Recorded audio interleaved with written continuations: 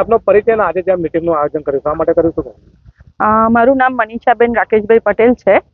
હું નડિયાદ હળવાદ સંગઠન છે એની ઉપપ્રમુખ છું. હવે આ મીટિંગ અહીંયા કરવાનું કારણ એ છે કે આ 13 દુકાનો આવી છે ટાઉન હોલની બહારની સાઈડે મેઇન. એ લોકોનો ઘણા કારણોથી વિવાદાસ્પદ બધું ચાલી રહ્યું છે. હવે એ લોકોને જે નોટિસ નામદાર આપણે પ્રાંત સાહેબ દ્વારા આપેલી છે એમાં એવું જણાવ્યું છે કે તમે ભાડું ટાઈમે ભર્યું નથી અને તમારી દુકાનો રિન્યુ થયેલ નથી, એટલે અમને આ દુકાનોનો કબજો પાછો આપી દો, ખાલી કરો એમ.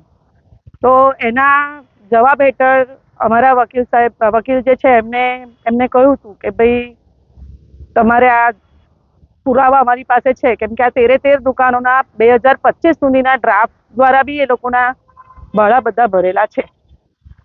હવે એ લોકો આન્સરમાં એવું લખે છે, પાલિકા દ્વારા એવો આન્સર આપવામાં આવે છે કે અમારે જાહેર જનતાના હિત માટે રસ્તો પહોળો કરવો છે.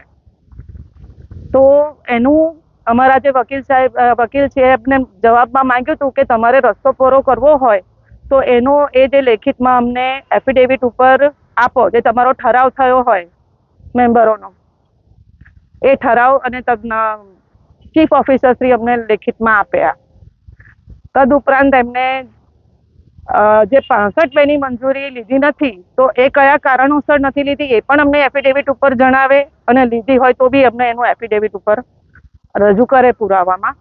તો હમણાં ગઈ મુદતમાં એ લોકોએ જે પુરાવો રજૂ કર્યો છે એની અંદર ટાઉન હોલનું તો ક્યાંય ટાઉન હોલની આપી છે એની અંદર તો ખાલી ટાઉન હોલ જર્જરિત છે, એને તોડવા માટેની જે એમનો ઠરાવ છે એ રજૂ કરેલો છે. અને બીજા જે એફિડેવિટ અમને જે ચીફ ઓફિસર શ્રીએ કરીને આપેલી છે એ એફિડેવિટ એમને જેલવાળી જગ્યાની અંદર સિટી બસ સ્ટેન્ડ બનાવવા માટેનો હેતુ એમને લખેલો છે, જેને આના જોડે કોઈ જ લેવા દેવા નથી, ક્યાંય લાગતું વળગતું નથી ટાઉન હોલની જગ્યા જોડે. હવે બીજી બાજુ કે આખા નડિયાદમાં ખબર છે, એ લોકો હેતુ તો ક્લિયર કરતા જ નથી. 3 વાર અલગ અલગ આન્સર આપ્યા છે એમને કોર્ટમાં, અને કોર્ટને બી ગુમરાહ કરી રહ્યા છે, અને કોઈ બી વસ્તુ એ લોકોનો ખુલાસો કરવા બી નથી માંગતા. તો હવે આખું નડિયાદ જાણે છે કે એમને ટાઉન હોલની જગ્યાએ એક કોમર્શિયલ હબ બનાવવું છે અને પ્રાઇવેટાઇઝેશન છે આ બધું. તો હવે આ બધું ભ્રષ્ટાચાર નહીં તો શું છે? આ લોકોને કાઢીને અહીંયા આગળ એ લોકોને દુકાનો કાઢીને એમનું પ્રાઇવેટ હબ બનાવવું છે, અને એમની રીતે પોતાનું એક એ ઊભું કરવું છે. આજે આ મીટિંગ બોલાવવાનું કારણ શું? બસ અમને લોકોને આ મીટિંગ બોલાવવાનું એક જ હેતુ છે કે દરેક જગ્યાએ કોર્ટની અંદર પણ એ લોકોએ 3 વાર અલગ અલગ કારણો દર્શાવ્યા છે. એમની પાસે હજુ સુધી કોઈ હેતુ જ નથી કે તમારે આ જગ્યા દુકાનો કેમ લઈ લેવી છે ને કેમ તોડવી છે. નોટિસ કયા કારણોસર આપી છે?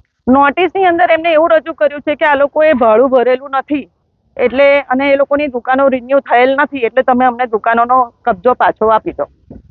આગામી શું સુનાવણી છે? કઈ તારીખે છે?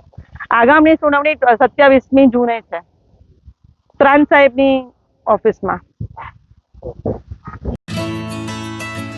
As a parents definitely proud feel થાય કે હા, આજે કંઈક નાની સિટી છે તો શું છે, પણ લીડ અહીંયા બી છે. અમારી પાસે બી એ એજ્યુકેશન છે જે બહારની સિટી મેળવે છે. આવી રીતની ગ્રાફિક્સ બનાવી, આવી મસ્ત ડોક્યુમેન્ટ બનાવવા, તમે લીડના પ્રોગ્રામમાં સ્ટોરી જુઓ તો મજા આવી જાય. આપણને બી મજા આવે, છોકરાને તો શું ના આવે, આપણને બી મજા આવે. આપણે બી 2 વખત જોઈએ.